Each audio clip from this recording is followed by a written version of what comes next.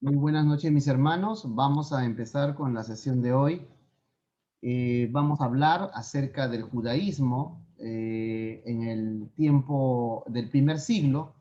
Esta es una parte muy importante del Nuevo Testamento porque el Nuevo Testamento se escribe en ese contexto y entonces bajo esas condiciones tenemos que observar el primer siglo, ¿no? Y vamos a ayudarnos de un video para ir comentando e ir, por favor, tomando notas, porque voy a preguntar, ¿no? Voy a preguntar bastante en esta sesión acerca de lo que vamos observando, cuál es su opinión, qué es lo que usted percibe de cada parte que se va a ir presentando.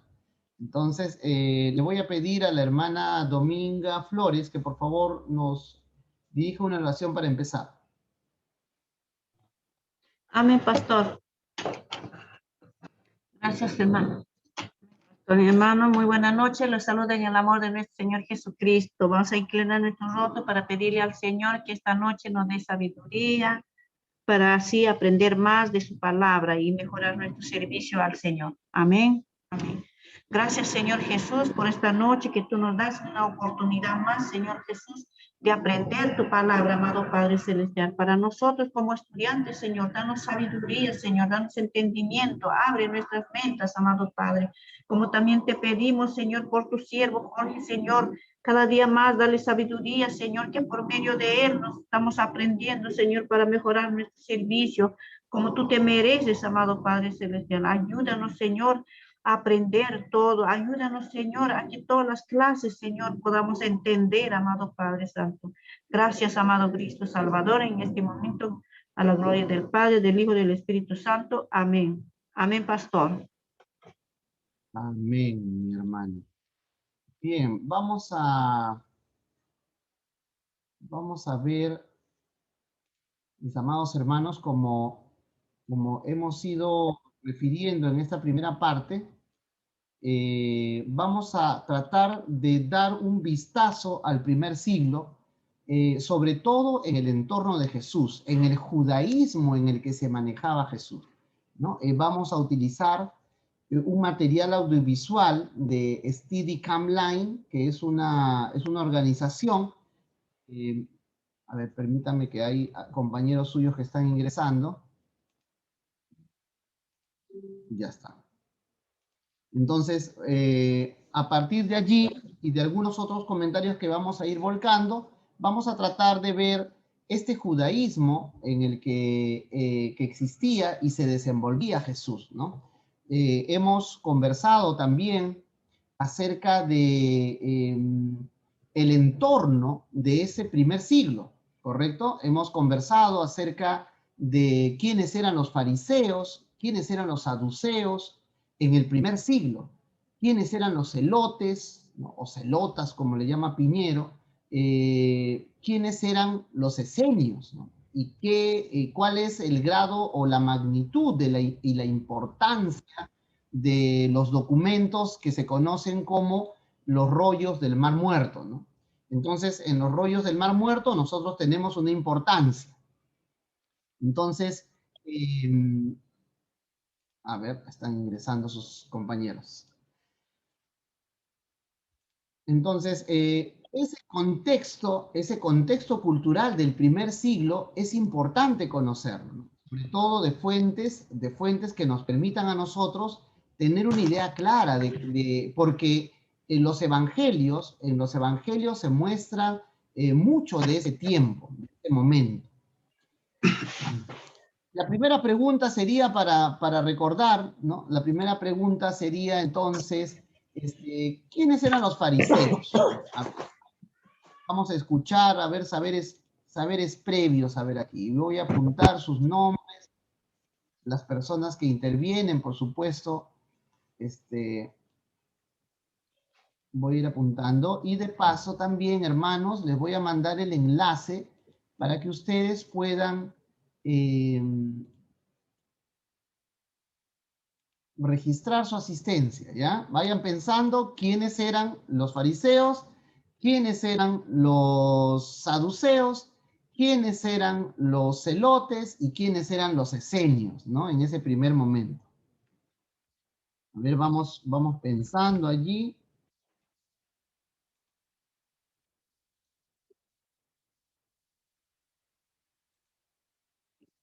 Mientras les estoy registrando, estoy enviando el formulario para su asistencia. Por favor, registre su asistencia para tenerlo, me piden bastante este tema.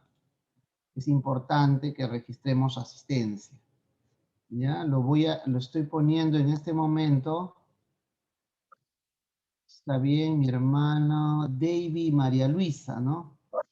No se preocupe. Buenas noches, hermana Susana. Allí, le acabo de enviar el enlace. Le acabo de enviar el enlace. Por favor, entren y regístrense en el desarrollo de la clase. Regístrese, por favor. A ver, intervenciones. ¿Quiénes eran los fariseos, mis amados hermanos? Hemos visto eso. Pastor, buenas noches, eran hombres instruidos en la fe judía. Ya, mi hermana Miluska Salcedo. ¿Ah? Mi hermana Miluska dice que eran hombres instruidos en fe judía. Ya, a ver, ¿quién otro, por favor? Pastor, eran las personas que estudiaban la ley y, bueno, eran judíos, ¿no? Que estudiaban bastante lo que es la ley, seguían, ¿no? De la ley. Bien, mi hermana Milagro Flores dice que estudiaban la ley judía, ¿no? Ahora, a ver, a usted, hermana, la ley, cuando dice la ley judía, ¿se está refiriendo específicamente a qué? Que en ese tiempo estudiaban bajo la Biblia del Antiguo Testamento, ¿no? Que se guiaban más estrictamente bajo ese escrito. Ya, la ley judía, entonces, El Torá. el Antiguo Testamento, Claro. la Torá, ¿no es cierto? Antiguo Testamento, el Antiguo Testamento, la ley de Moisés sería en todo caso, ¿no? Claro. Ya, muy bien, mi hermana Milagro, gracias. A ver, ¿quién más?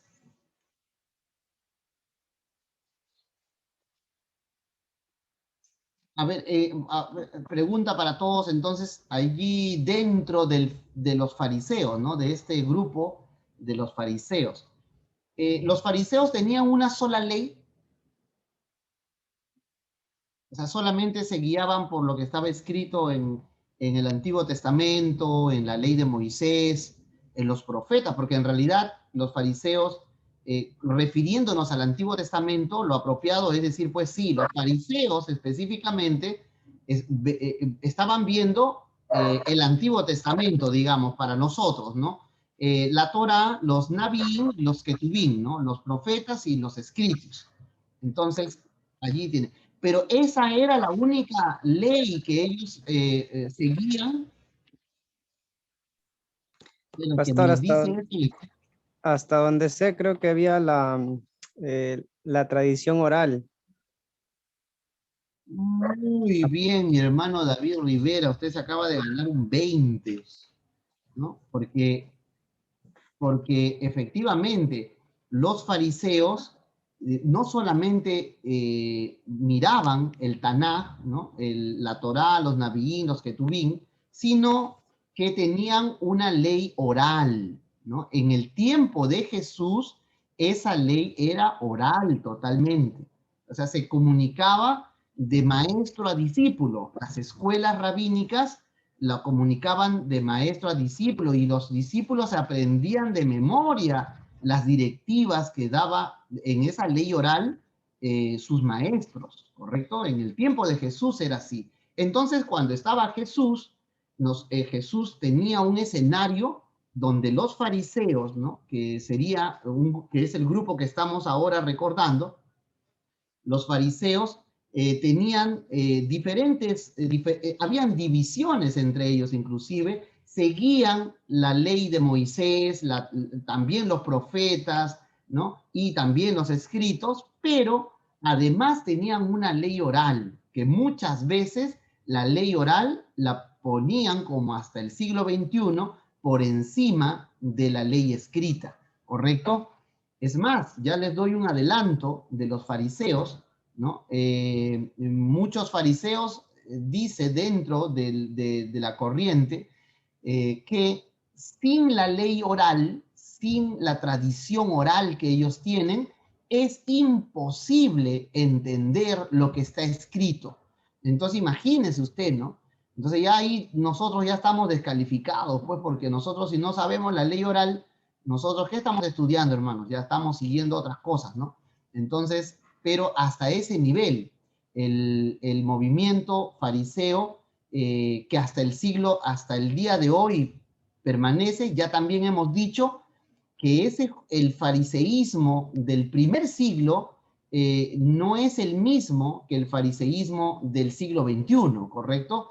Porque el fariseísmo del siglo XXI nace anticristiano totalmente, ¿correcto? En el tiempo de Jesús, pues, mientras que se daba el escenario de la llegada de Jesús, ¿no? Entonces, de Yeshua, como se le conoce en hebreo, en su nombre en hebreo, los fariseos tenían la ley oral y discutían con Jesús no solamente del Antiguo Testamento, sino de la ley oral, porque la ley oral, y Jesús decía, le pone cargas pesadas a las personas, le decían, ¿no? Ustedes le ponen cargas pesadas, mandamientos de hombres, por eso se llama mandamiento de hombres. ¿Por qué? ¿Por qué habla Jesús de mandamiento de hombres? Porque esa ley era la interpretación hermenéutica de los maestros fariseos, de los maestros. Y aquí va la respuesta de la pregunta de quiénes eran los fariseos. El movimiento fariseo nace en el año 165 antes de Cristo aproximadamente para contrarrestar a los saduceos que habían sido colocados allí por los macabeos, que a su vez habían ganado la guerra contra los griegos, ¿no? Y se habían apoderado del reino de Israel, ¿no? De los judíos. Entonces, los sacerdotes del templo querían como rey a un descendiente de David, ¿correcto? Porque eso es lo que manda las escrituras.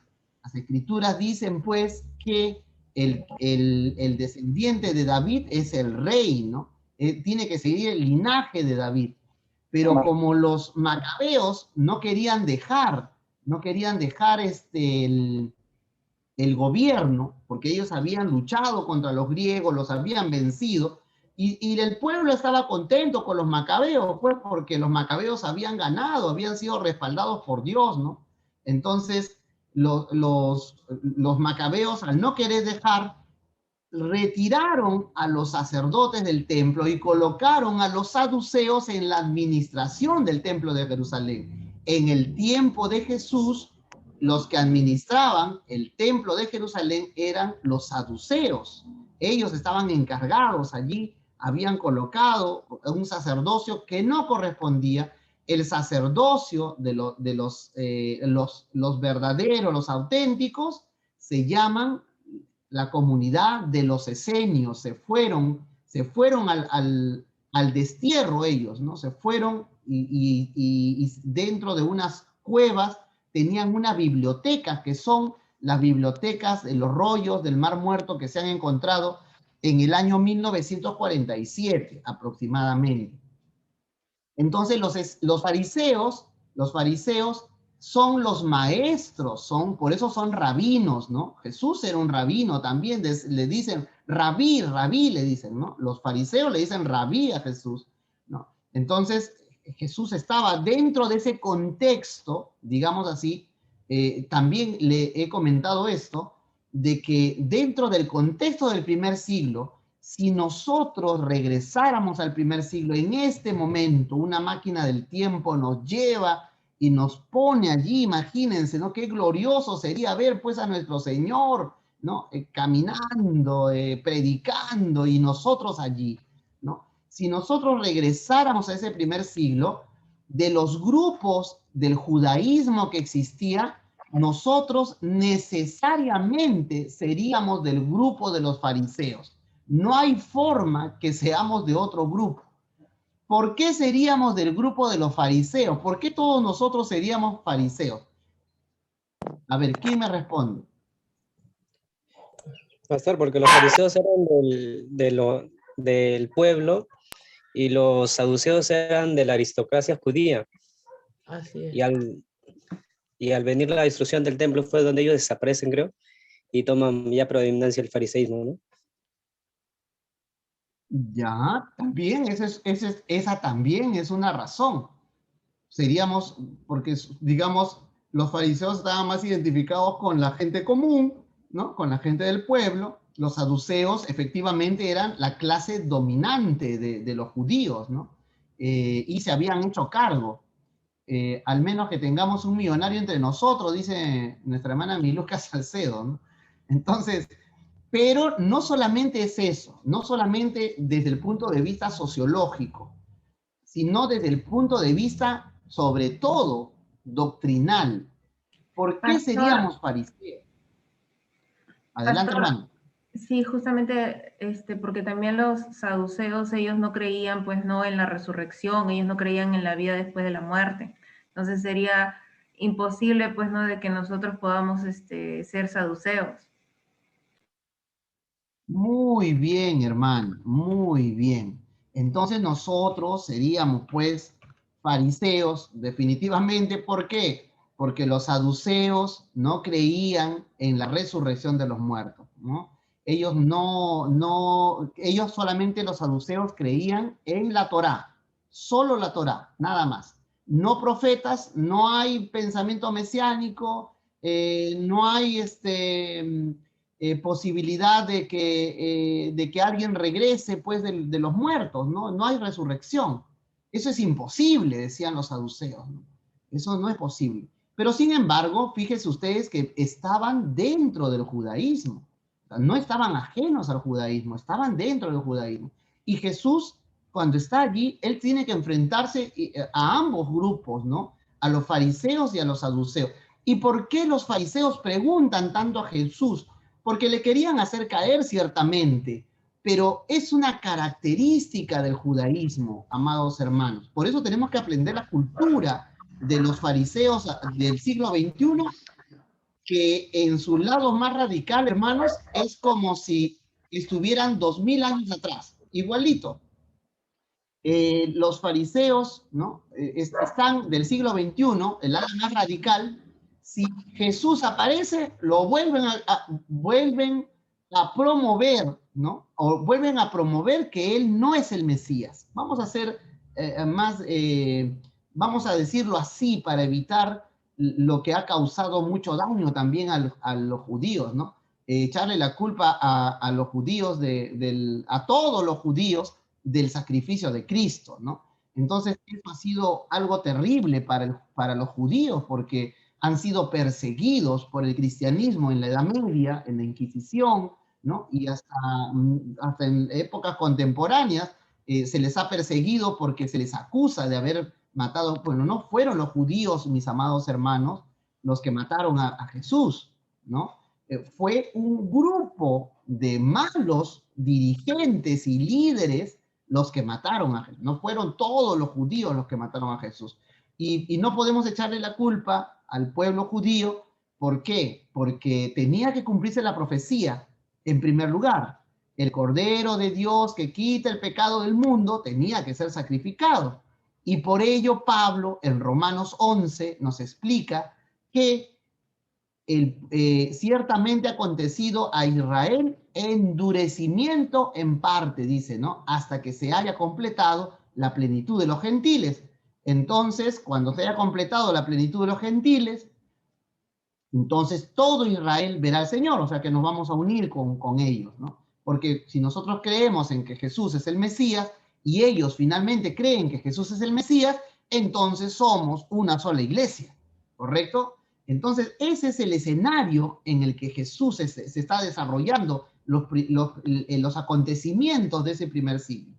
Los esenios eran los sacerdotes que se niegan a reconocer la autoridad del rey, ¿no? De este rey que no es del linaje de David, y por eso se van al desierto. Y por eso viven una vida ascética, ¿no? Una vida así monástica. Entre ellos cocinan, viven allí, tienen una biblioteca porque el sacerdocio era un sacerdocio oculto, ¿correcto? Es decir, los que se encargaban de la parte sacerdotal eran personas estudiadas. La prueba fundamental, según el señor Royman, el doctor Royman, que es el curador de los rollos del Mar Muerto, el doctor Royman dice, definitivamente los esenios son la casta sacerdotal auténtica del templo de Jerusalén. O sea, no le cabe la menor duda. Son ellos los sacerdotes que deciden irse al desierto, prefieren irse al desierto para evitar tener que estar bajo la soberanía de un rey que no era el rey. Ellos querían elegir a un rey del linaje de David como corresponde. Entonces, esos eran los esenios. Entonces ya tenemos a los fariseos, que es... Y los fariseos, hermanos, nacen como un movimiento de protesta contra los saduceos. Por eso se tenían un encono grande entre ellos, porque los maestros, los rabinos, ¿no? Forman escuelas en donde lamentablemente, en su afán de ir contra este movimiento saduceo, este gobierno del templo de Jerusalén, que era inapropiado, ¿no? Lamentablemente terminan estableciendo un código paralelo, ¿no? El código de la ley oral. Entonces, cuando viene Jesús, ahí tenemos otro elemento, la ley oral, ¿no? La ley oral, una ley escrita y una ley oral. Muchas de las afirmaciones, ahora tenemos que escudriñar en los textos cuándo se está refiriendo realmente al texto de Moisés y cuando realmente se está refiriendo a la ley oral, porque cuando uno conoce el judaísmo del siglo XXI y conversa con un judío, el judío ya no le habla de Deuteronomio específicamente, ¿no? Sino más bien habla de Rambán, de Rashi, de la tradición, de la Halajá, de la Mishnah, ¿no? De la Gemara. Entonces ya utilizan lo que era tradición oral en el tiempo de Jesús, que se convierte o se escribe a partir del siglo IV o el siglo VII, ¿no? En una serie de años se comienza a escribir lo que era oral en el tiempo de Jesús, ahora es un documento escrito. ¿Cómo se llama ese documento? El Talmud, pastor. El Talmud, muy bien, mi hermano David, muy bien, se llama el Talmud.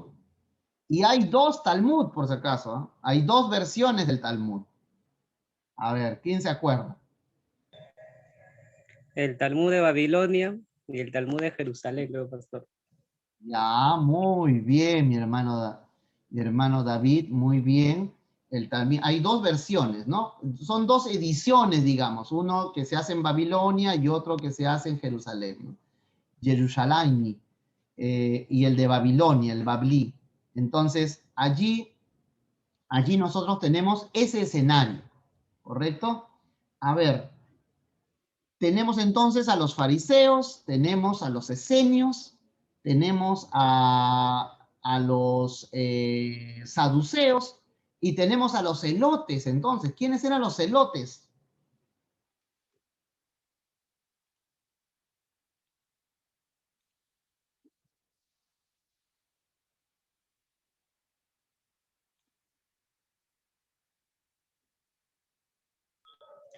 Pastor, hasta donde me acuerdo, eran los más radicales, como una especie de, se le podría considerar como terroristas, pero que buscaban, ¿no? Claro, Mediante la fuerza, levantarse contra ese tiempo. así es, así es.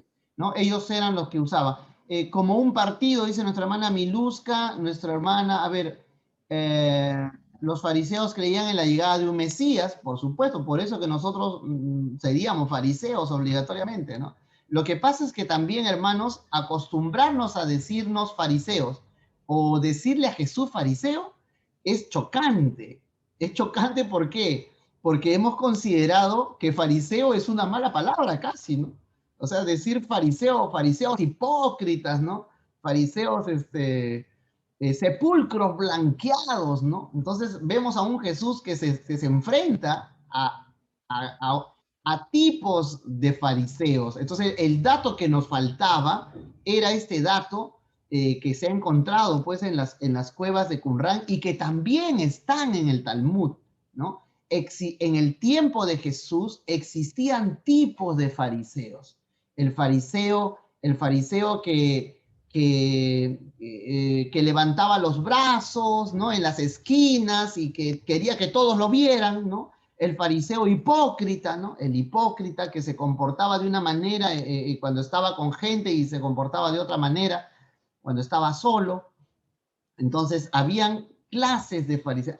El fariseo legalista, ¿no? El fariseo legalista, aquel que simplemente era la ley y no había misericordia en su alma, ¿no? Es una persona que tajante. Y también había el fariseo del amor, ¿no? El fariseo que proclamaba el amor. Claro, imagínense mi hermana Miluska, que fariseo, según la RAE, dice, mire, significa hipócrita. Este es un dato interesante, mi hermana. Es un dato interesante, habría que ver la acepción, de repente está dentro de un contexto, ¿no? Entonces... Profesor, ¿puedo opinar respecto hermana. a los celotes? Eran personas judías, eran personas judías revolucionarias que esperaban a un salvador para luchar contra los romanos. Pero al final se equivocaron porque cuando llegó Jesús, él comenzó a dar palabra de paz. Y entonces pensaban que él no era al que ellos esperaban. Eso fue la contradicción que ellos recibieron. Exacto. Ese es mi aporte. No, bueno, hasta ahora. Muy bien, hermana Carmen. Gracias. Efectivamente, pues los elotes y los elotas o los elotes tienen tenían una característica, ¿no? Ellos practicaban una especie de guerrilla, ¿no? Se ocultaban y esperaban a sus víctimas o sus adversarios y los degollaban con un puñal, era un puñal especial que se llamaba sica, ¿no? Ese puñal se llamaba sica. Entonces, esa sica es lo que después deriva en sicario, ¿no? Lo que ahora nosotros conocemos como el sicario, pues un asesino, ¿no? Un asesino, claro, en el siglo XXI ya es un tema, inclusive sicario, ya es pagado, ¿no? Ya el sicario se dice de alguien que es contratado para matar. Nuestro hermano David Rivera ha levantado la mano. A ver, adelante, hermano. Pastor, una consulta. Fariseo en el término hebreo no significa apartado, separado, santificado, creo. Así es. Pero la acepción, el dato que nos acaba de dar nuestra hermana, Miluska, ¿no? Según la RAE. Debe estar claro, debe estar dentro de las acepciones. Por el uso no me sorprendería, porque por el uso hay algunas que cambian, ¿no? Por ejemplo, claro, miren, voy a compartir con ustedes la RAE, ¿no? Por eso es importante sus aportes, mis hermanos. Bien, mi hermana Miluska, eso es lo que se espera, ¿no? Que investiguemos, que busquemos, tienen internet, ahí está toda la información. A ver, vamos a ver aquí, compartir. Aquí está, miren ustedes, de latín tardío fariseus, ¿no? Del griego farisaios, ¿no? Del arameo perisaya y del hebreo perusim, separados, dice, ¿no? En realidad, etimológicamente, la palabra es separados, ¿no? Separados, como bien decía nuestro hermano David, ¿no? Pero ya en otra acepción pertenece o relativo a la secta de los fariseos o a sus miembros, dice. Y la tercera acepción, fíjense ustedes, mis hermanos, que esta palabra ha sido tan mal interpretada que significa que la RAI ya la ha tomado como hipócrita, ¿no? O sea, si yo le digo, si yo en realidad estaría diciendo, somos hipócritas, una cosa así, ¿no? Entonces, porque lamentablemente no se entendía cómo estaba dividido ese fariseísmo, ¿no? Entonces, inclusive acá dice, pues, dice hombre injusto, cruel, inhumano, ¿no? Fariseo. Entonces, entender ahora, tratar de ubicar a Jesús, nosotros somos estudiantes de teología, ¿no? Entonces ahora, nosotros que estamos evaluando el primer siglo, que estamos adentrándonos en el primer siglo, que leemos, que sabemos la etimología de la palabra, por ejemplo, en hebreo, que sabemos ahora la historia de cómo nacen los fariseos. Los fariseos nacen, se apartan, porque justamente lo que desean es reivindicar el texto bíblico. O sea, más cercanos a ellos no podemos ser, porque los protestantes somos los hermanos separados, no dicen los católicos, ¿no?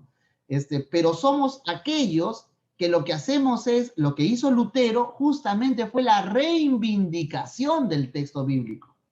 O sea, fue lo mismo que hicieron los fariseos en su época, cuando se nombra a los fariseos se juntan, los rabinos, los maestros, y comienzan a hacer escuelas, ¿no? Y no solamente, las sinagogas, aparecen las sinagogas 165 años de Cristo, antes de Cristo, y las sinagogas son lugares también para hacer cultos en la diáspora, ¿no? En el exilio en el que se encontraban, pero también y fundamentalmente son escuelas rabínicas. Recuerden que habían dos posiciones sobre el divorcio, por ejemplo. O sea, ¿por qué discute Jesús? Habla del divorcio, Jesús habla del adulterio, ¿no? ¿Por qué Jesús entra en esas discusiones? Porque las escuelas farisaicas, hasta el día de hoy, hermanos, ellos usan mucho la mayéutica, el debate, ¿no? La confrontación. Allí en la confrontación ellos encuentran la verdad, ¿no? Eso es lo que ellos entienden, si hablamos filosóficamente del método que usan los fariseos. Entonces los fariseos se están confrontando porque quieren saber, ¿no? Quieren saber qué opinas tú, ¿no? Entonces por eso le están permanentemente haciendo caer, ¿no? A Jesús, tratando de buscar la manera de que él cometa un error o qué tipo de doctrina es la que este rabino está promoviendo, ¿no? Si es en el caso de que Jesús es un rabino, como lo dice el Talmud, ¿no? Como lo afirma el Talmud. Pero muy bien, hermana Miluska, su aporte de la RAE, ¿no? Allí tenemos pues un escollo ahí, digamos, en la presentación ahora de un Jesús o de nosotros mismos, que necesariamente si estuviéramos en el primer siglo seríamos fariseos, pues, ¿no? Pero ya esa acepción que se le ha dado a la palabra nos deja un poco con una palabra, un adjetivo muy fuerte, ¿no? Ahora, la hermana Elisa dice, se caracteriza por el celo de Jehová, la rigidez, la radicalidad por su integrismo religioso. Simón fue un celote, ¿no? De ahí tenemos una característica, pues Simón Pedro, ¿no? Nuestro hermano es un celote, ¿no? Definitivamente lo más probable es que sea un celote, porque no tenemos ningún registro de que él lo fuera, pero por sus actitudes, ¿no? Imagínense que cuando están ellos orando y vienen a capturar a Jesús, Jesús se ha pasado 3 años, hermano, hablando del amor, del perdón, de que tenemos que poner la otra mejilla, ¿no? ¿Y qué hace nuestro amado Pedro? Saca su cita probablemente, ¿no? Y le corta la oreja, ¿no? O sea, imagínense, es una actitud ya, ¿podríamos decir que era un celote? Probablemente, ¿no? Probablemente puede haber sido un celote, ¿no? Eran muy radicales los celotes. Entonces, ese es el escenario del primer siglo. En ese primer siglo tenemos a estos celotes, tenemos a los saduceos, tenemos a los fariseos, que ahora sabemos que existen diferentes tipos de fariseos, ¿no? Habían diferentes formas de fariseísmo en ese primer siglo. ¿Quién dice esto? Yo todos estos datos los estoy sacando del doctor Royman, de los libros sobre el mar, sobre los rollos del Qumran, ¿no? Y de Antonio Piñero, que es otro investigador que trata el tema del primer siglo. Entonces estoy usando esas fuentes, no es que yo estoy planteando esto porque a mí se me ocurre, hermano, sería una barbaridad dar este tipo de afirmaciones, ¿no? Sin una fuente. Entonces, esto está, las fuentes que estoy utilizando son esas dos principalmente. ¿Hasta aquí hay alguna pregunta? ¿Alguno de repente se ha quedado resentido por lo de fariseo y puedo pedir perdón, hermano, si usted está en la acepción del siglo XXI en la RAE? No es así, ¿no? El fariseo es el apartado, ¿no? Es un hombre celoso, es un hombre celoso. Justamente el fariseo, mis amados hermanos, el celo es lo que lo lleva a tratar. A veces con nosotros, si nos analizamos, vamos a encontrar esas características, ¿no? En nosotros, en las exigencias que les ponemos a nuestros hermanos, ¿no? No te peines así, no te vistas así, no hagas esto, no hagas el otro, no mires aquello, no mires... Entonces es lo mismo que hacemos nosotros como líderes en las iglesias también, ¿correcto? Si bien es cierto, hay un decoro no podemos permitir tampoco que pues usemos ropa apropiada. O sea, si me voy a jugar, si me voy a hacer deporte, yo me pongo una ropa deportiva. Si yo me voy a una reunión de gala, me visto de gala, ¿no es cierto? Si voy a una reunión informal con mi familia, me visto de manera informal. En todos esos casos, yo tengo que vestir con decoro, ¿correcto? O sea, informal, de gala, deportivamente, tengo que vestir con decoro, ¿correcto? Y entonces esa es la única exigencia que podríamos poner.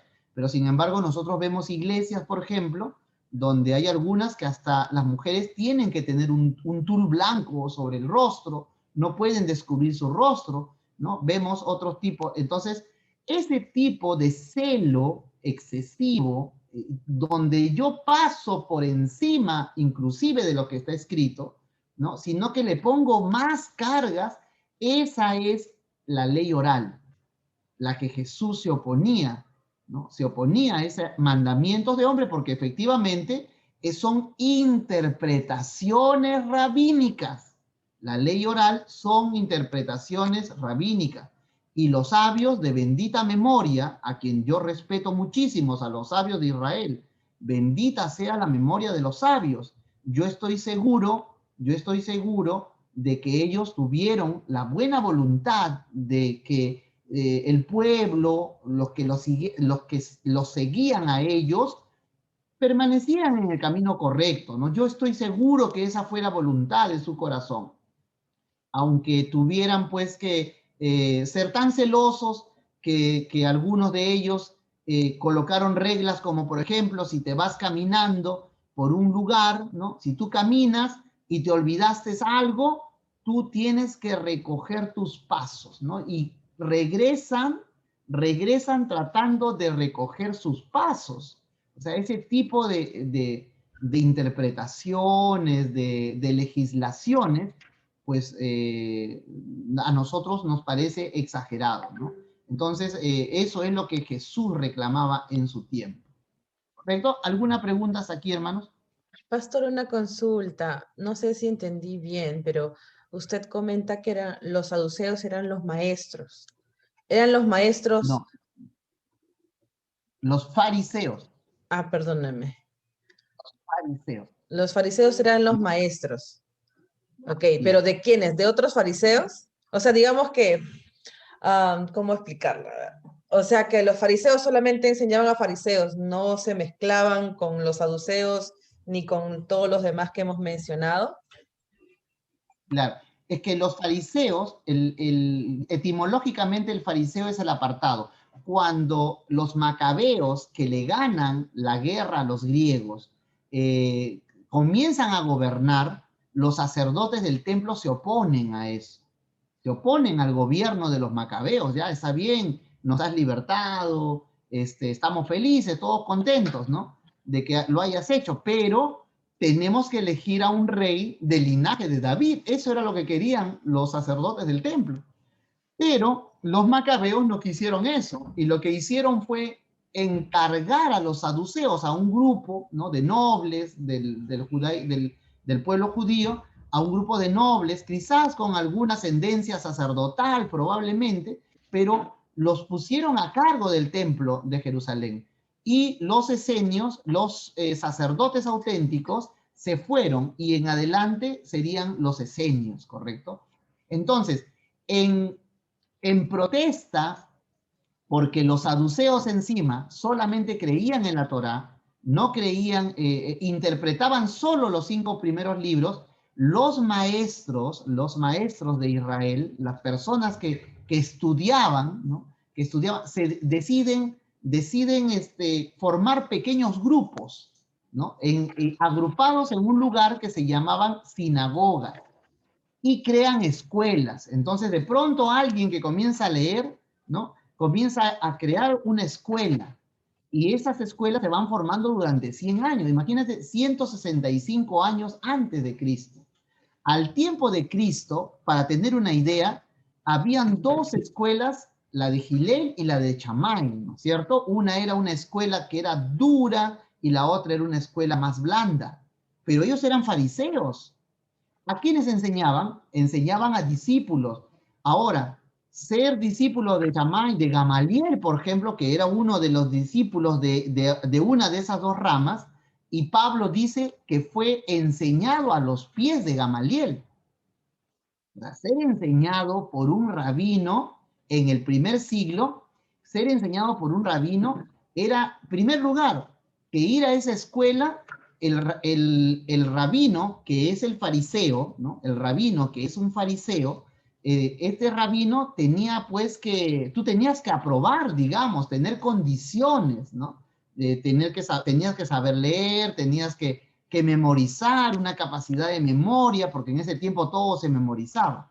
Entonces, y una capacidad de interpretar el texto bíblico.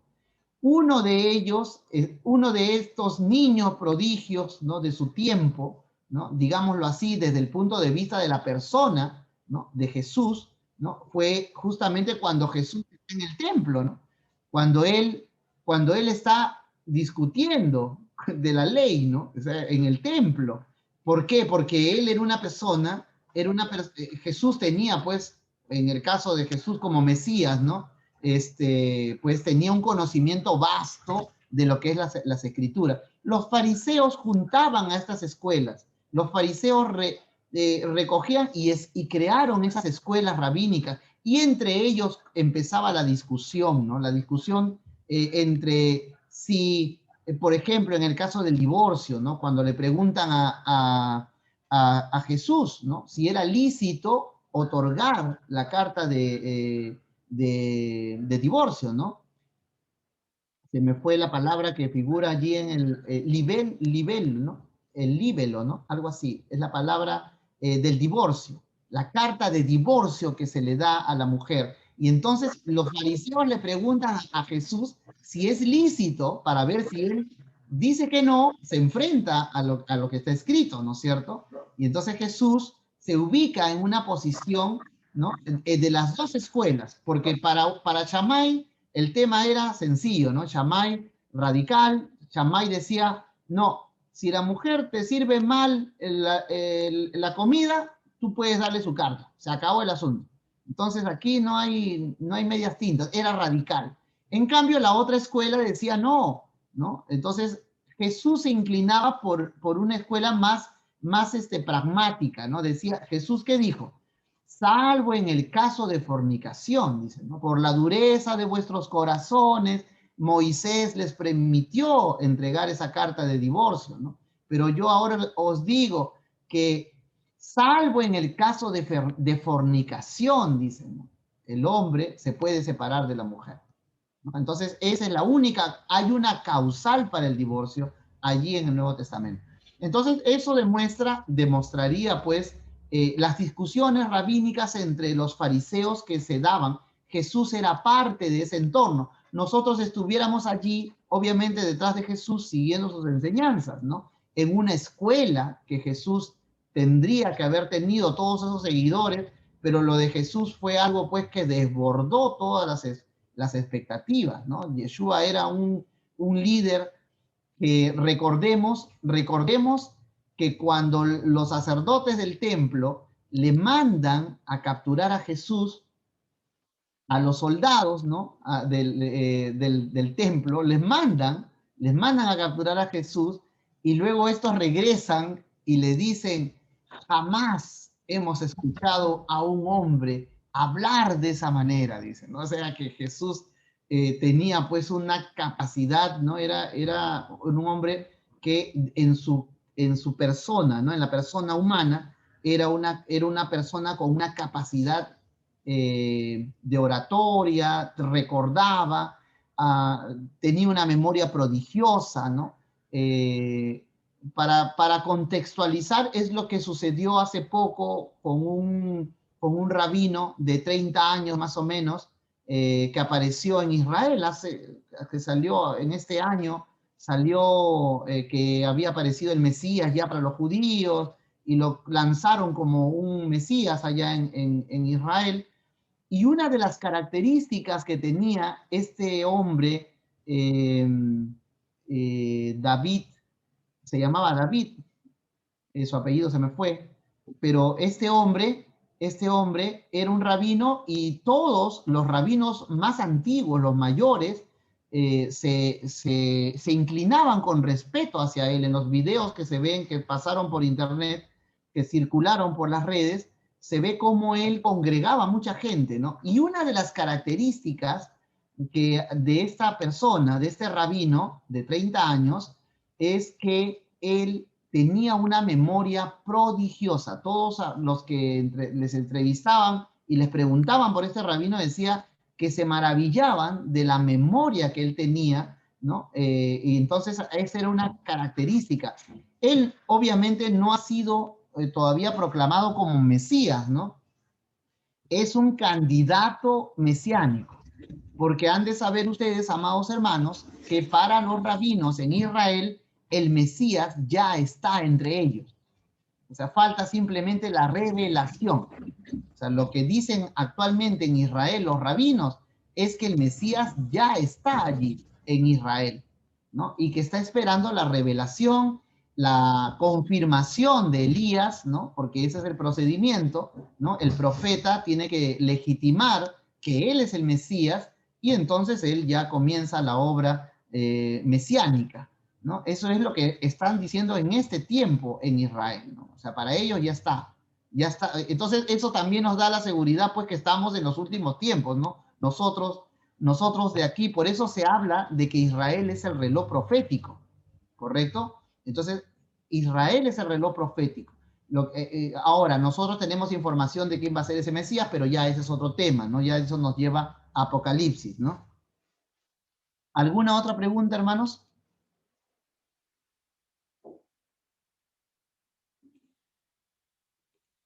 Pastor, una última, disculpe que sea muy No, preguntona, por pero me favor. da curiosidad. Sí, hermanos, por favor, Como pregunten. como es un tema, digamos, del cual yo no conozco, entonces prefiero aprovechar el tiempo y preguntar, porque en Internet hay tanta información que a veces uno no sabe si es cierta.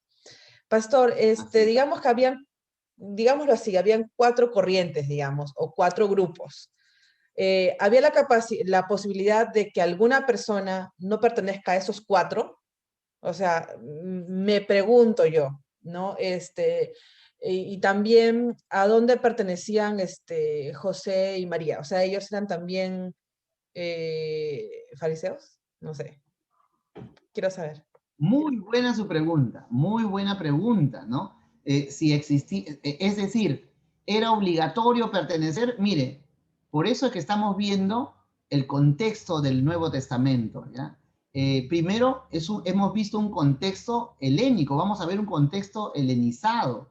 En el primer siglo, hermanos, se han encontrado restos arqueológicos del primer siglo, donde hay ídolos en Jerusalén. O sea que el helenismo, las prácticas de otras religiones, en el tiempo de Jesús se daba en Jerusalén mismo, en el mismo Israel. Entonces, habían prácticas paganas en Israel en el tiempo de Jesús. Habían judíos que eran ateos y habían judíos que eran como en el siglo XXI, amados. O sea, imagínese usted, y yo hablo con mucho respeto por nuestros hermanos judíos, ¿no? Pero yo tuve la oportunidad de conversar con un judío acá en Lima y yo le decía, para mí es un gusto conocer a una persona, ¿no? Del pueblo judío, ¿no? A un judío. En verdad, porque ustedes son el pueblo escogido, le dije, ¿no? Entonces, y él me dijo, me miró, me dijo, pero bueno, no, para mí no tiene esa connotación, me dijo, ¿no? Pero le digo, es que tú no sabes, usted no sabe lo que significa eso, le digo, ¿no? Entonces, y además que tiene un tiempo, ¿no? Y allí fue que le hablé un poco del Evangelio, ¿no? Claro, me rechazó porque ellos definitivamente no quieren saber nada con Jesús, ¿no? Pero, algo se puede decir. Pero aparentemente él era laico, o sea, y es más, perdón, era agnóstico, ¿no?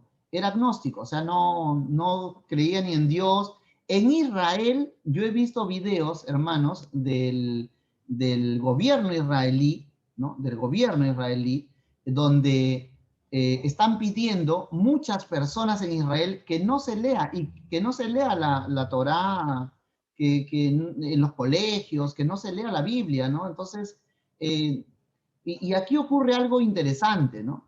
Porque este pueblo no está en su tierra no estaba en su tierra desde el año 70 aproximadamente de la era cristiana. O sea, prácticamente 1900 y pico de años, este pueblo estaba en la diáspora.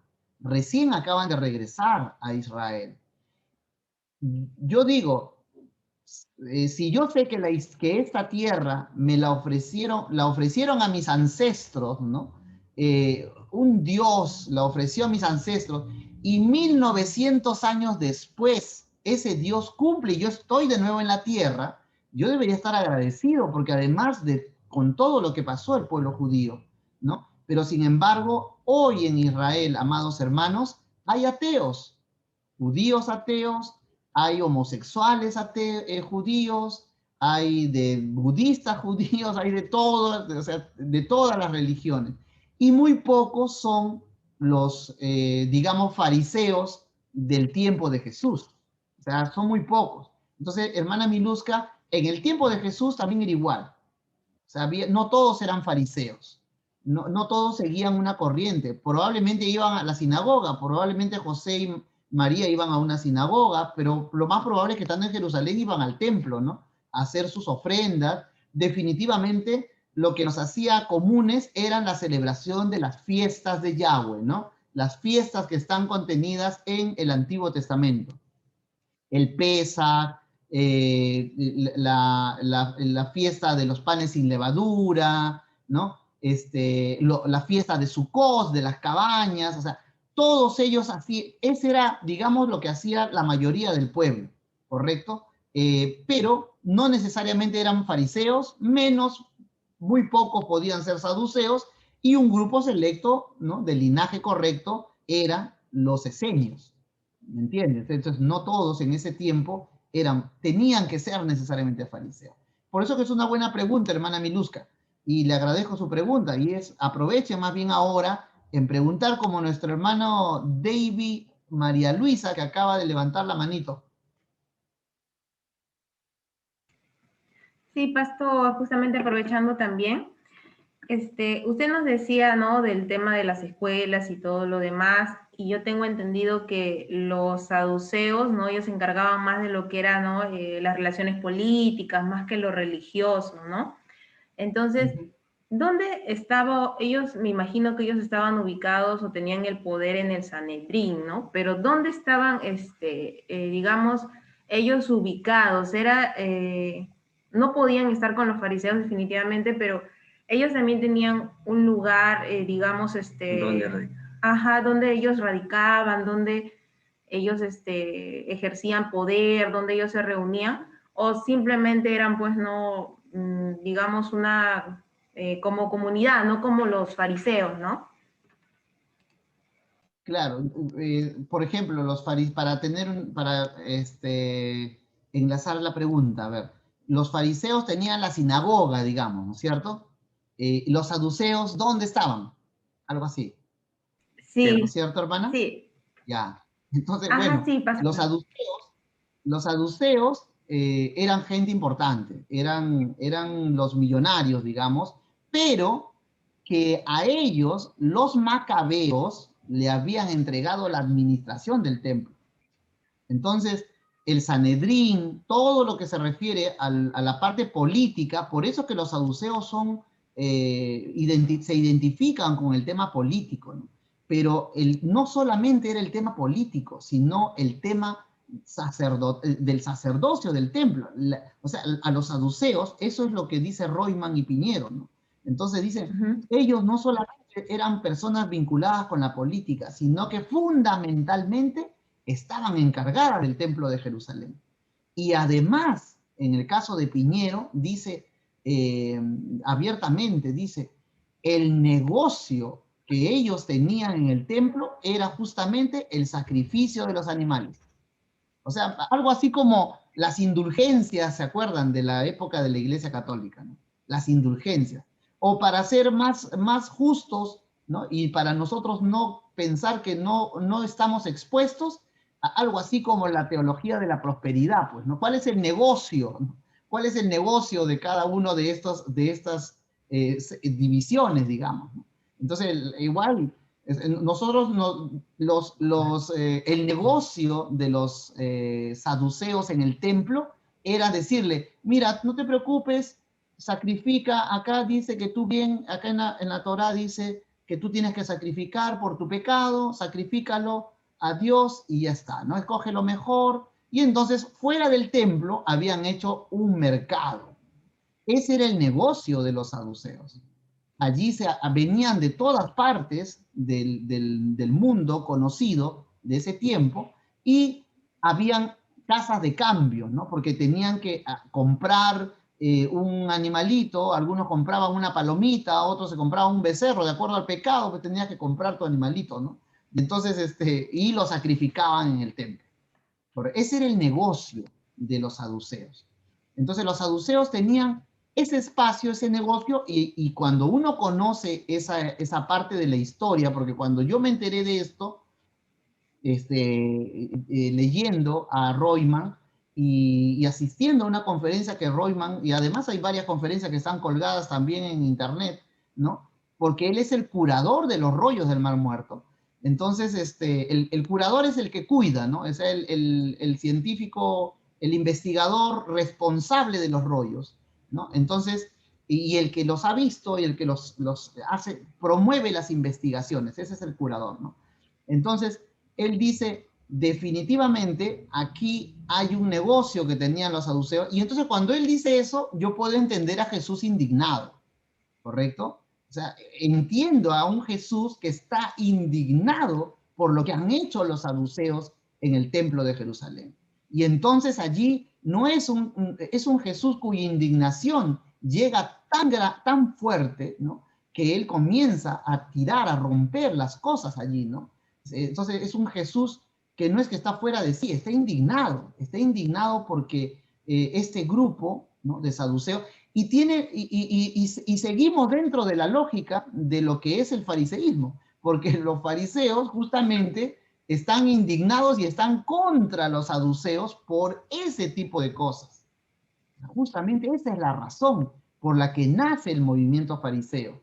El movimiento fariseo nace en respuesta a los saduceos impuestos en el templo de Jerusalén por los macabeos, los líderes militares que le ganaron la guerra al imperio griego. ¿Correcto? Esa es la historia, así contada de una manera casi sencilla, digamos. Mi hermana María Luisa creo que sigue con la mano levantada. Sí, sí, pastor. Entonces yo entiendo de que tanto fariseos como saduceos convivían en el mismo lugar, de repente, no sé cómo habrá sido el clima, peleándose entre diferencias o Claro, ellos, se claro, encontraban, por ejemplo, había espacios donde se encontraban, ¿no? En el Sanedrín, por ejemplo, sí o sí se peleaban, ¿no? O sea, estaban allí, cuando se convocaba una reunión, iban fariseos, saduceos, y estaban ahí todo el pueblo inclusive, y ellos se enfrentaban, ¿no? Era un enfrentamiento, y ese enfrentamiento que ellos tenían, pues, es la razón por la que existe el fariseísmo. O sea, los fariseos nacen como ese movimiento en contra de los saduceos, ¿no? de esta asignación irregular que hacen los macabeos. Entonces el fariseo nace así, por eso es que se tienen una bronca que es, y encima doctrinalmente pues son dos corrientes que piensan totalmente diferente, ¿no? Y se encuentran en espacios allí, pero como les decía a la hermana Miluska, no todos los fariseos, no todos en Israel eran fariseos o saduceos, finalmente habían algunos que simplemente cumplen sus tareas, pero la mayoría acudía, digamos que había mucha gente que acudía pues a los debates de los fariseos porque se aprendía, ¿no? Usando la mayéutica, como les decía, el debate. Inclusive aún cuando uno escucha a los fariseos hablar en el siglo XXI, a nuestros hermanos judíos, ¿no? Cuando los escuchas hablar, ellos dicen, ¿no? Si se juntan dos judíos hay cuatro opiniones, dicen, ¿no? O sea, porque dice que ellos paran discutiendo entre ellos, ¿no? O sea, siempre están discutiendo, siempre están, de cualquier tema hay una posición en contra y aparecen tres posiciones más y nunca terminan de discutir. Es una discusión, discusión, discusión. Para poder llegar al acuerdo de algo, digamos, discute mucho, ¿no? Y el propio Talmud, cuando uno lee el Talmud, lo que hay, ¿qué es lo que encuentra en muchas partes del Talmud? Lo que encuentra son discusiones. Y dijo Akiva, ¿no? Y el otro rabino dijo lo contrario, ¿no? Y respondió Akiva, ¿no? Y el otro rabino insistió en esto, ¿no? Entonces, hay discusiones, es lo normal en el fariseísmo, ¿no? Entonces, a partir de allí, la construcción de esta etapa en el tiempo de Jesús, nosotros en la construcción de este momento, lo que los alemanes llamaban el Sitzenleben, ¿no? O sea, el momento en el que Jesús estaba allí, ocurrían todas estas cosas, ¿no? Incluyendo además, no solamente el fariseísmo, los esenios, las características que ya hemos evaluado ahora. Además estaban los judíos hebraístas y los judíos helenistas, ¿no? Y también hemos hablado de los judíos helenistas. ¿Quiénes eran los helenistas?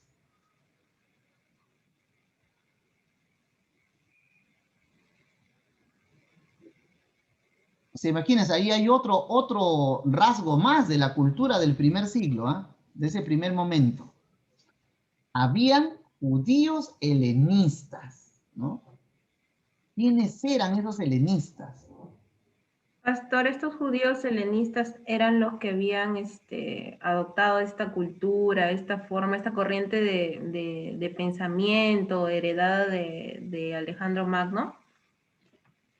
Correcto, mi hermana María Luisa. Muy bien. Es el sueño de Alejandro Magno, ¿no?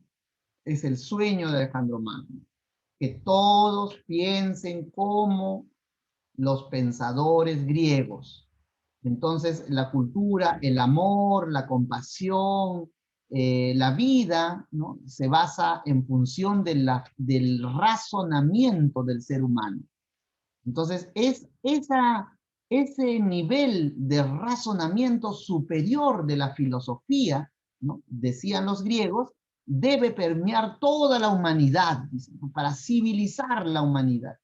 Todos deberíamos pensar bajo el concepto de los pensadores griegos.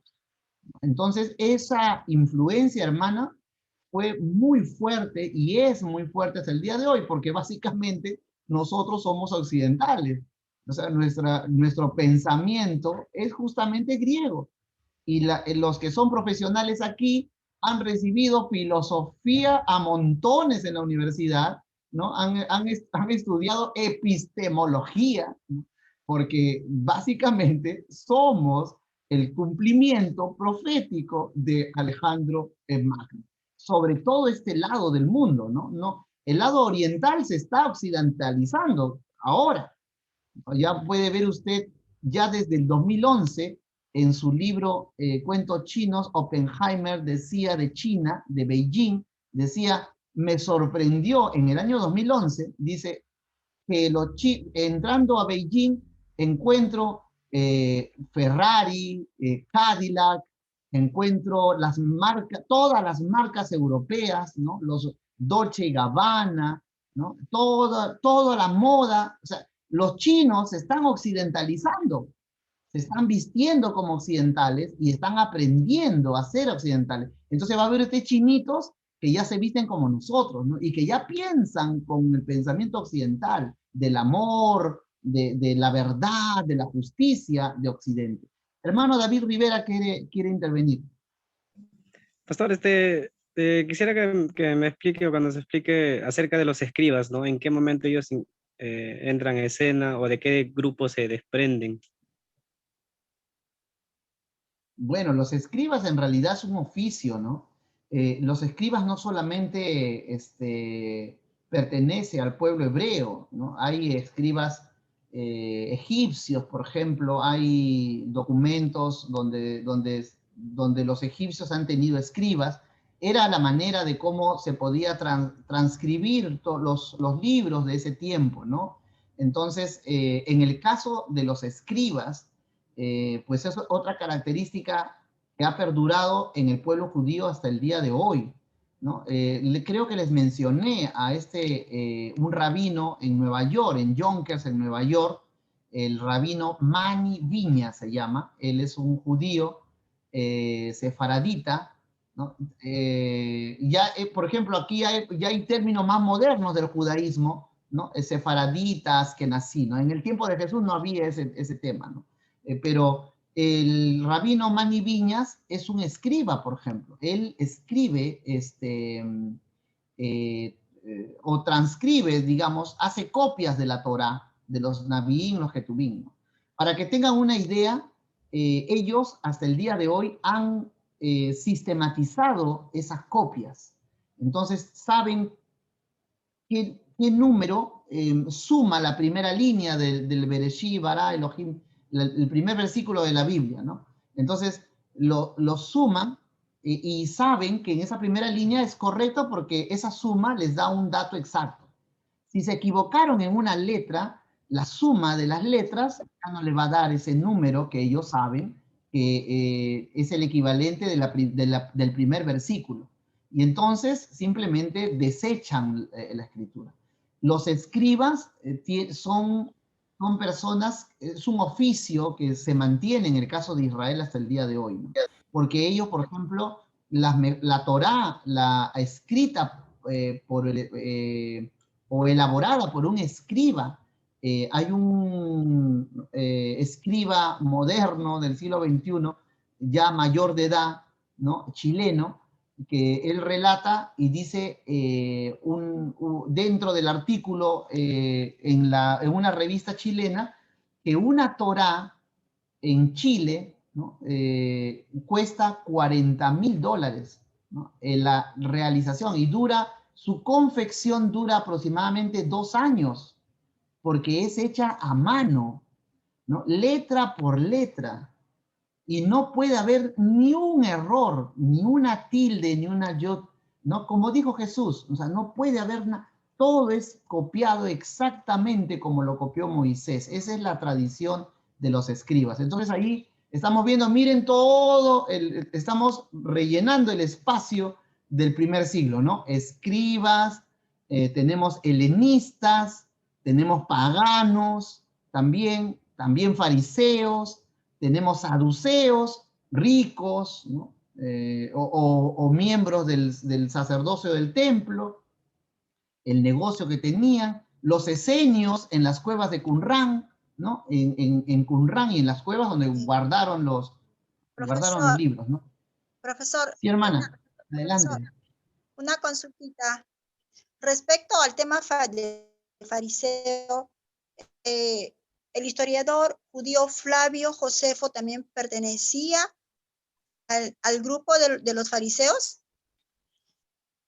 Mire, ahí sí ¿Me tendría escuchó? que, no he escuchado, sí, pero no he escuchado ni leído acerca de Flavio Josefo. Yo más bien tengo entendido que Flavio Josefo es llevado, ¿no? Es llevado en cautiverio y termina escribiendo, ¿no? Para los romanos, y por eso que los judíos le consideran un traidor a él, ¿no?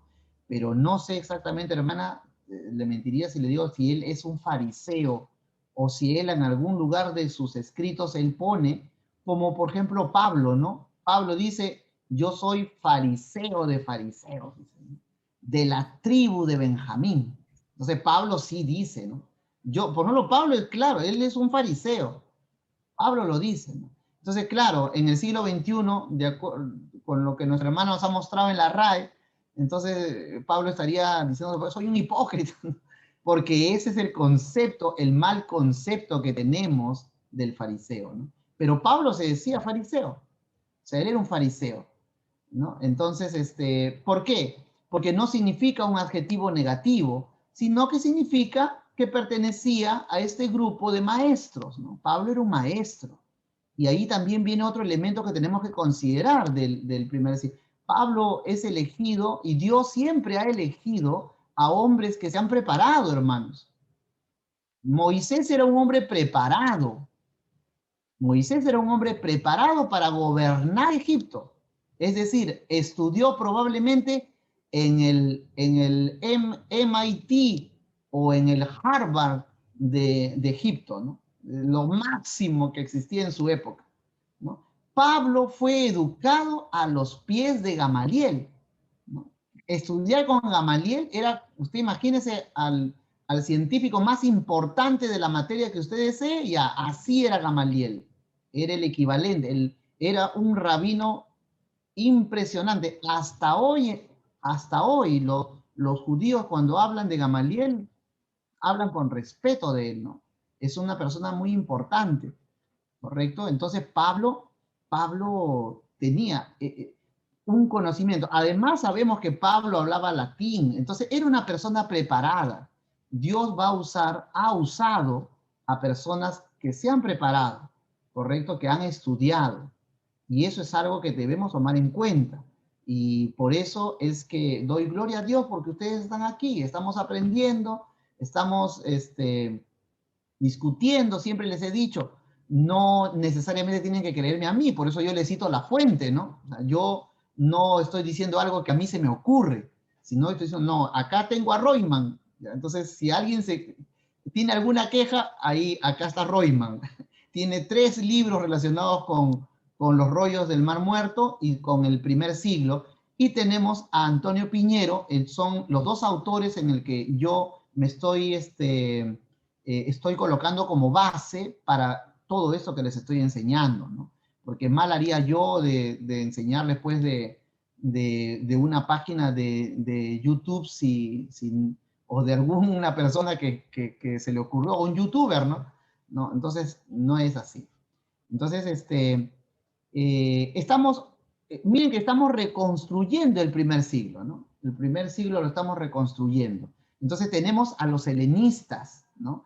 Ya hemos hablado quiénes eran los helenistas. Estaban allí también, es más, los helenistas eran pues personas que no querían ya saber, y ahora se entiende, ¿no? Porque ya no querían saber ni del templo. Pues si en el templo no estaban pues los auténticos sacerdotes, entonces yo me imagino que alguno de ellos diría, pues bueno, acá no tiene sentido, ¿no? Ya esto tiene que cambiar. Estamos en un tiempo moderno. El helenista habla, como muchos hermanos de hoy en día, donde dicen, no, ya la Biblia no tiene validez, ¿no? Con mucha gente. Así habla el helenista, ¿no? Más bien se ampara en la filosofía, ¿correcto? Nuestro hermano Felipe Rivera ha pedido la palabra. Pastor, buenas noches. Buenas noches, hermano, bendiciones. Pastor, disculpen por haber llegado tarde. Pastor, quisiera hacer una consulta. En cuanto a las clases sociales, ¿eran de la misma clase los fariseos con los saduceos o había diferencia? No, los saduceos eran gente de poder, eran personas que tenían dinero y además de tener cargos políticos dentro de Israel, además se les había encargado el templo, la administración, digamos, del templo de Jerusalén, ¿no? Entonces tenían esas características. Esos eran los saduceos. No sé, ¿cómo decirlo? Como los ricos, algo así, ¿no? Los más pudientes económicamente. Los millonarios, pero yo creo que ya esto sí es una reflexión mía, ¿no? Yo pienso que no es pues, eres rico, automáticamente eres saduceo, ¿no? De repente había algún saduceo, algún millonario que siguió a Jesús, ¿no? El joven rico, por ejemplo, ¿no? El joven rico probablemente sea saduceo, ¿no? Entonces, pero y es más, él creía pues que estaba haciendo lo correcto, ¿no? Yo cumplo todo, dice. A ver, deja toda tu riqueza y sígueme. Y se acabó su fe, ¿no? Y se fue. ¿Entiende? Entonces, pero es probable, por lo que ahora sabemos, por estas investigaciones sobre el tiempo de Jesús, es probable que él haya sido un saduceo, es probable. Pero yo creo, eso ya es una opinión mía, que no necesariamente pues todos los millonarios eran saduceos, ¿no? Ni todos los fariseos eran pobres, ¿no? O eran del pueblo y no necesariamente, ¿no? Probablemente algún millonario creía en la resurrección de los muertos, ¿no? Y de hecho, siguiendo a Jesús, este joven rico, ¿no? De hecho que tendría que haber creído en la resurrección de los muertos, ¿no? Porque estaba siguiendo las enseñanzas de Jesús. Entonces, ahí yo creo que podemos encontrar matices, ¿no? No es que las clases sociales determinaban seguir a determinado grupo, ¿correcto? Pastor, y los que pertenecían mayormente a Sanedrín eran los saduceos, ¿no? Eran la gente de poder, la gente económicamente, ¿no? Claro, lo que pasa es que Sanedrín es un grupo de ancianos, no es un consejo de ancianos, ¿no? Entonces, que además tenía un poder político grande en el tiempo de Jesús, ¿no? Y de hecho que lo que se cree es de que este grupo pues estaba dominado por esa división de los saduceos, ¿no? Eran gente de poder, ¿no? Administraban la justicia, dice, ¿no? ¿O no? Administraban la justicia, o sea, imagínense, tenía un poder muy grande. Además, hay que entender esto, que o sea, aquí hay intereses económicos que se movían en el primer siglo, ¿no? Por ejemplo, el negocio de los saduceos, las peregrinaciones en realidad se convirtieron en un negocio, ¿no? Entonces, Claro. Por otro lado, los saduceos administrando pues todo el poder político, mantenían un estatus porque generalmente en todas las culturas los de clase alta se alinean con los invasores, ¿no?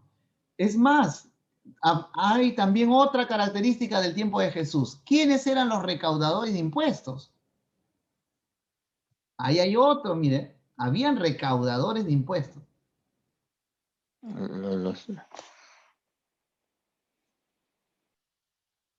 ¿Quiénes eran los recaudadores de impuestos? Por ejemplo, ellos eran personas con dinero. Eran personas con mucho dinero, ¿no? Que lo que hacía el Imperio Romano era entrar y les decía a los millonarios, bueno, ustedes me hacen una bolsita, ¿no? Y nos pagan tanto. Y ustedes van a cobrar los impuestos para que recuperen lo que ustedes están pagando, ustedes van a cobrar los impuestos, ¿correcto? Y entonces, ¿qué decía la ley romana? La ley romana decía que si alguien engañaba, ¿no? Le robaba algo a alguien, le tenía que devolver el doble. Pero Saqueo, ¿qué dice? Le voy a devolver 4 veces, dice, ¿no? Porque ellos eran abusivos con el pueblo, pero eran millonarios, porque solo los millonarios podían tener los recursos económicos para poder estar con el poder romano. ¿Entiendes? O sea, allí tenemos otro grupo, que probablemente haya sido saduceo, probablemente, ¿no? De que era rico, ¿no? Zaqueo era rico, era millonario. Entonces, allí tenemos otro elemento más, ¿no? Y después están toda la multitud de gente que llegaba para las fiestas a Jerusalén, ¿no? Esa multitud de personas que llegaban a Jerusalén para las fiestas. Eso es lo que los unía. Los saduceos eran los encargados de mantener la paz entre judíos y romanos. Bien, muy bien, hermana Elizabeth, ¿no? Porque justamente viéndolo desde un aspecto positivo, era así, ¿no? Claro, también se aprovechaban, en el caso de los recaudadores de impuestos, se aprovechaban, pero eran los que trataban de mantener esa paz entre los romanos con los judíos, ¿no? Se ponen de pie antes de decir Gamaliel, dicen, ¿no? Ajá. Se ponen de pie antes de decir Gamaliel, claro, porque era pues una persona que hasta el día de hoy, hermano, hasta el día de hoy, los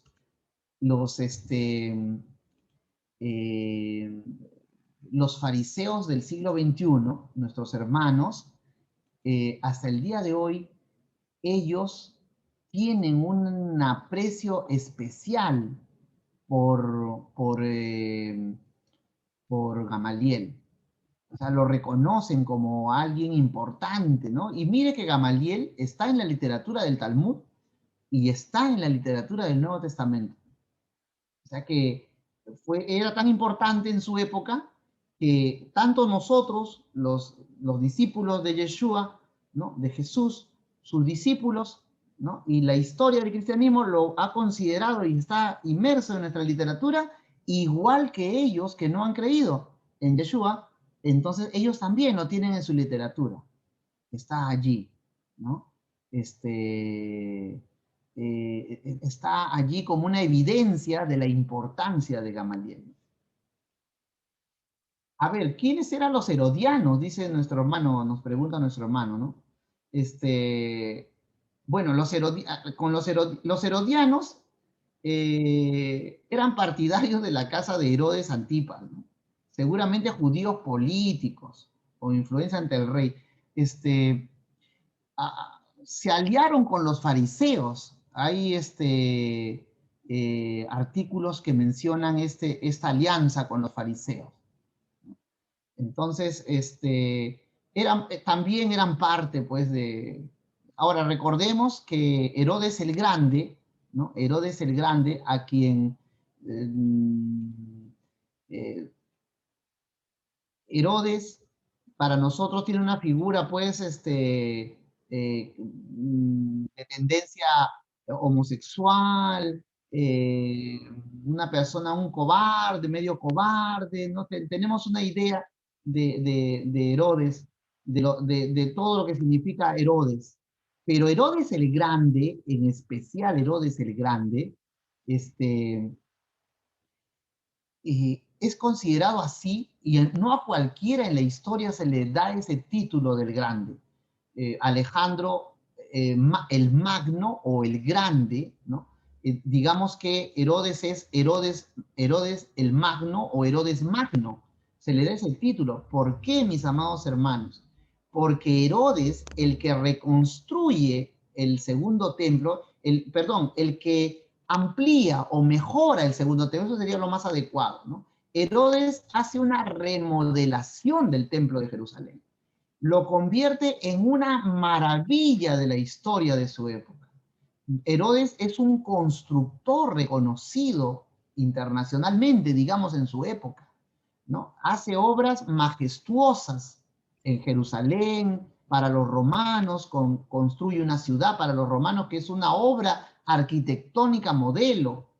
Entonces, digamos que Herodes ha tenido una influencia grande, ¿no? Y luego ya pasa, porque cuando él muere se divide, ¿no? Se divide ese reinado, se divide, y son justamente los descendientes quienes se dividen el reino en el tiempo de Jesús, ¿no? A ver, vamos a ver entonces, mis amados hermanos, vamos a ver una parte de este video, porque, a ver, acá está. Se me había extraviado el video, pero acá está. Ya, vamos a ver este video. Vamos a ir viéndolo por partes, ¿ya? Y a ir analizando, tomemos algunas notas. He tomado este video porque las fuentes que usa este video es lo toma Antonio Piñero como una de sus fuentes, ¿no? Y por eso me ha parecido interesante ponerlo. A ver.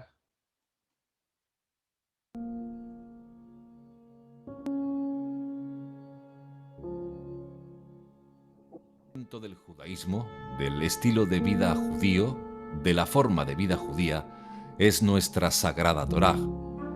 Ese es el fundamento de la vida judía y por fundamento del estilo de vida de los justos de las naciones que son injertados en el olivo natural.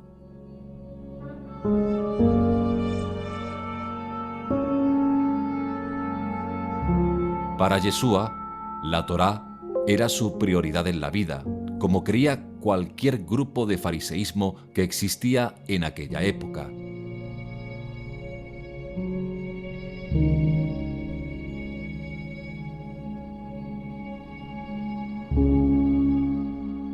Si los fariseos eran un grupo tan progresivo y piadoso, entonces, ¿por qué aparentemente Yeshua los criticaba y ellos le odiaban tanto? La ciencia histórica argumenta que esta mala voluntad es obra de los evangelistas más que la realidad histórica.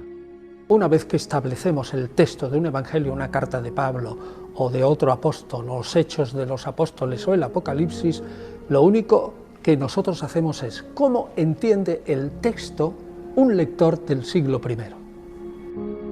Enmarcar a Yeshua en un grupo es realmente difícil, por no decir casi imposible, pero en base a estudiar y escudriñar los textos, no solo los evangelios, sino toda la literatura judía, se da uno cuenta que Yeshua se acercaría más al fariseísmo que a otro grupo hebreo de ese tiempo. Los fariseos fueron un movimiento político y religioso perteneciente al judaísmo que surgió entre los años 587 y 536 a.C., cuya doctrina evolucionó y se fortaleció durante el siglo II después de Yeshua. Y estos judíos intelectuales, con gran influencia política y social, su vida giraba exclusivamente alrededor de la Torá, igual que Yeshua. Por tanto, ¿era Yeshua un fariseo?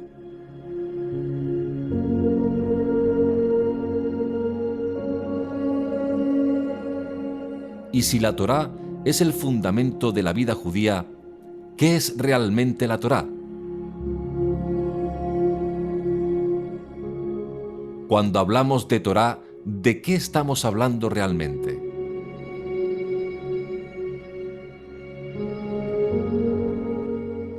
En sentido general, las traducciones no judías de la Escritura Sagrada traducen el término de Torá como ley, y se conoce como la ley de Moisés.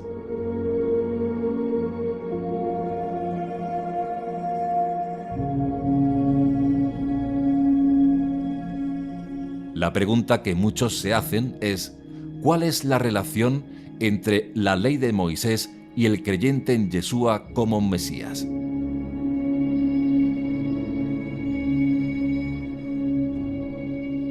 Y también la pregunta que se hacen los creyentes gentiles de Yeshua como el Mesías, ¿están los gentiles obligados a guardar la ley de Moisés o están exentos? Vamos a estudiar los hechos que son comprobables para que nos sirvan de punto de referencia a este tema y a otras preguntas, pero lo que queda bien claro es que Yeshua era celoso cumplidor de Torá y todo su mundo giraba en torno a ella.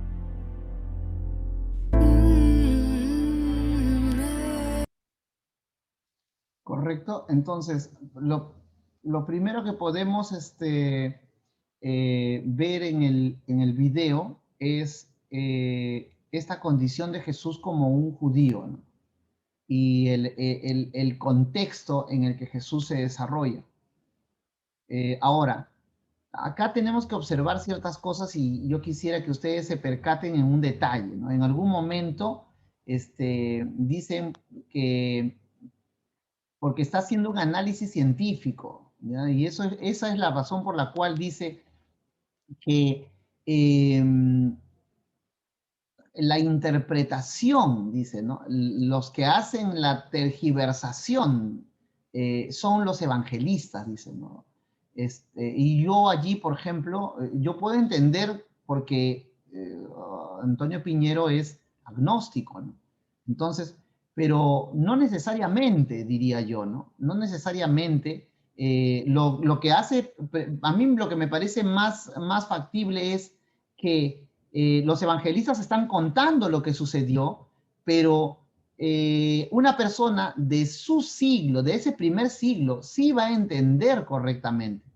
¿Correcto? O sea, no es una intención del evangelista el cambiar la historia o mostrar una animadversión contra los fariseos, por ejemplo, ¿no? Sino que simplemente lo va a entender una persona que está en el primer siglo, y no una del segundo siglo, del tercer siglo, menos si nosotros lo leyéramos por primera vez en el siglo XXI, ¿no? Entonces, si no hubiese llegado la revelación, amados hermanos, si no hubiese llegado la revelación de su palabra a nosotros a través del Espíritu Santo, nosotros no entenderíamos nada de lo que está escrito allí. Nada.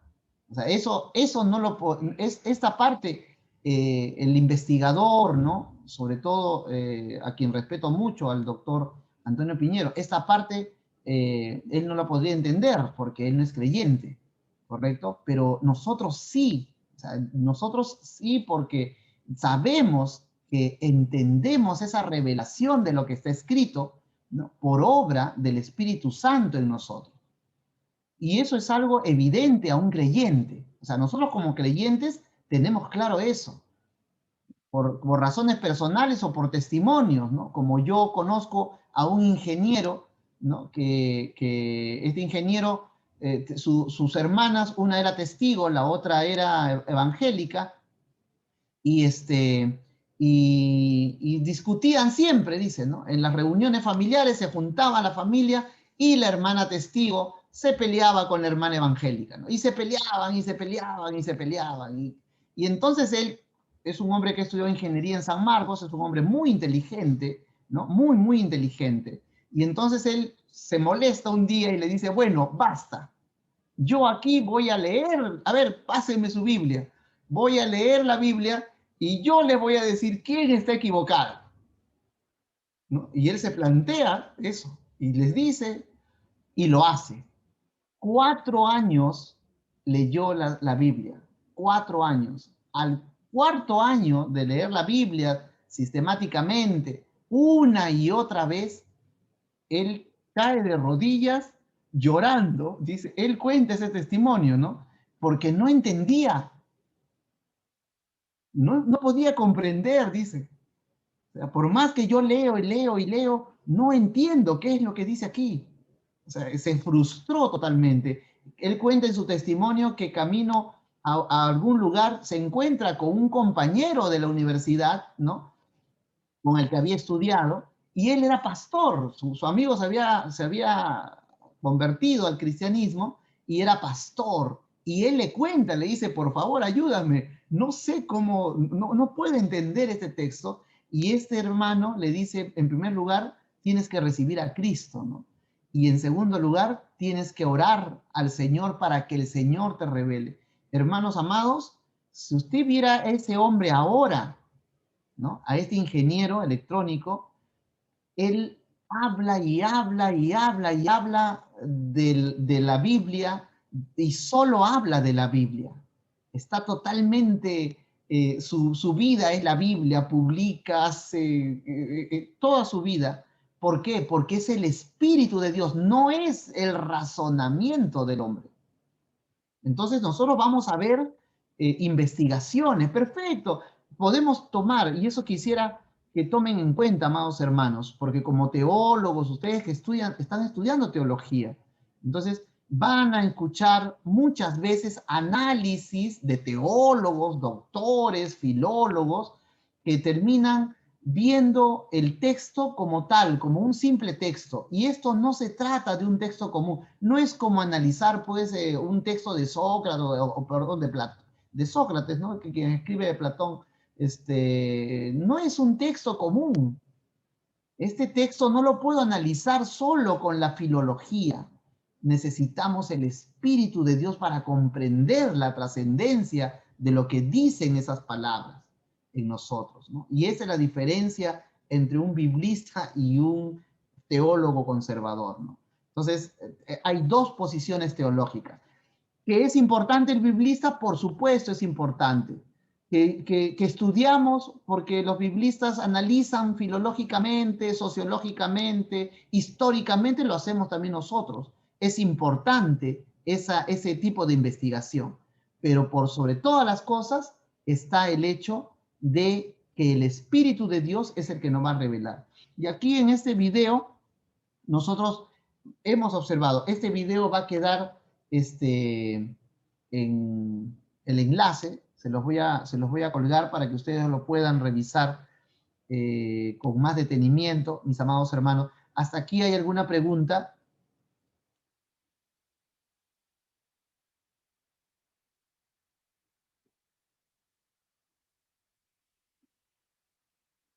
Bien, entonces vamos a concluir aquí la clase porque ya me he quedado sin garganta, amados hermanos. Estoy dictando desde temprano, así que misericordia pido. Entonces, vamos a concluir aquí y le voy a pedir a la hermana Miluska que nos despida con una oración, por favor. Amén, pastor. Bendito Dios, te damos gracias, mi Señor. Gracias, Padre, por este tiempo que podemos aprender, Señor, contextualizarnos, Señor, también como era en ese tiempo el Nuevo Testamento, Señor. Y de esa manera también entender, Padre, tu palabra, Señor, también desde ese punto de vista. Porque en tu palabra, Señor, nos das tantos detalles que a veces por nuestra ignorancia, Señor, no nos enriquecemos más. Pero gracias porque nos permite, Señor, estar aquí, Padre bendito, con esas ganas de aprender. Ayúdanos, Señor, ilumínanos, Padre bendito, que tu Espíritu Santo nos guíe siempre a toda verdad. Sigue guardando la vida de nuestro maestro, el profesor Jorge, Señor, de su familia y de cada uno de mis compañeros también, bendito Dios. Ayúdanos a esforzarnos cada vez más, bendito Dios, y apasionarnos por conocer más y más de ti, Señor. Bendito eres tú, mi Dios poderoso, en el nombre de Jesús. Amén. Amén, pastor. Amén, mis amados hermanos. Que el Señor les bendiga y entonces nos vemos la próxima clase. Dios lo bendiga. Se han apuntado, por favor, en la... Dios lo bendiga, pastor. Pastor, disculpe, no hay tarea, no hay nada. Ahí está, está en la página, hermana. Está en la plataforma. Cada sesión de aprendizaje tiene un producto académico. Amén. Ahí revisen la plataforma. Amén, profesor. No me he registrado, por favor. ¿Me podría poner Sí, presente? a ver, le voy a mandar Carmen Ramírez. le voy a mandar realmente el link. ¿Ya? Carmen Ramírez. Por favor, regístrense. Por favor. Ya, ahí está nuevamente el link para que puedan entrar. Se lo voy a mandar Gracias, a su WhatsApp. pastor. Bendiciones. Gracias, Dios lo hermanos. bendiga. De... Bendiciones, pastor. Buenas Ya se tardes. registran, pueden retirarse, no hay ningún problema. Ya estamos Bendiciones, registrados, hermano. pastor. Yo lo bendiga, Pastor, pastor. Bien. no me he Gracias. registrado todavía. Bendiciones, pastor y hermanos. Bendiciones. ¿Quién no se ha registrado todavía? Yo, profesor. Elizabeth Núñez, pastor. Carlos no me he Castro, registrado. profesor. Felipe Rivera, pastor. Ya, a ver. Entonces lo voy a Carmen apuntar aquí, ¿ya? Ramírez. Ya, a ver. Carmen Ramírez, Carlos Castro, Felipe Rivera. Felipe Rivera. ¿Quién más? Pablo Valdivieso. Pablo Valdivieso, pastor. Pablo Valdivieso, Elizabeth Núñez Cubas. Elizabeth Núñez, Carmen Ramírez ya está. Gracias. Creo que ya están todos. Bendiciones. Bien, Celinda nos Mendoza. vemos. Bendiciones, hermanos. Bendiciones, Celinda pastor. Mendoza está. Celinda Mendoza está. Celinda Mendoza. Sí, estoy. A ver, voy a ver. ¿Usted se ha registrado? Pastor, quisiera que lo vea a ver si estoy. A ver, voy a chequear, ¿ya?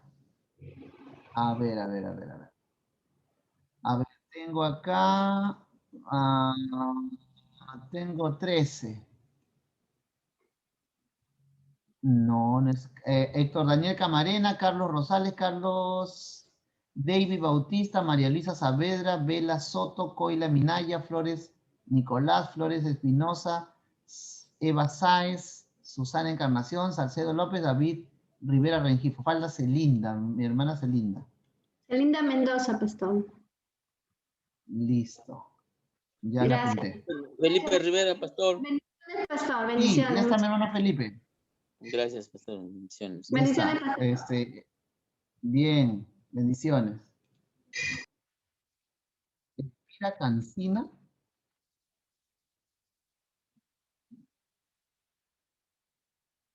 Hermana Elvira.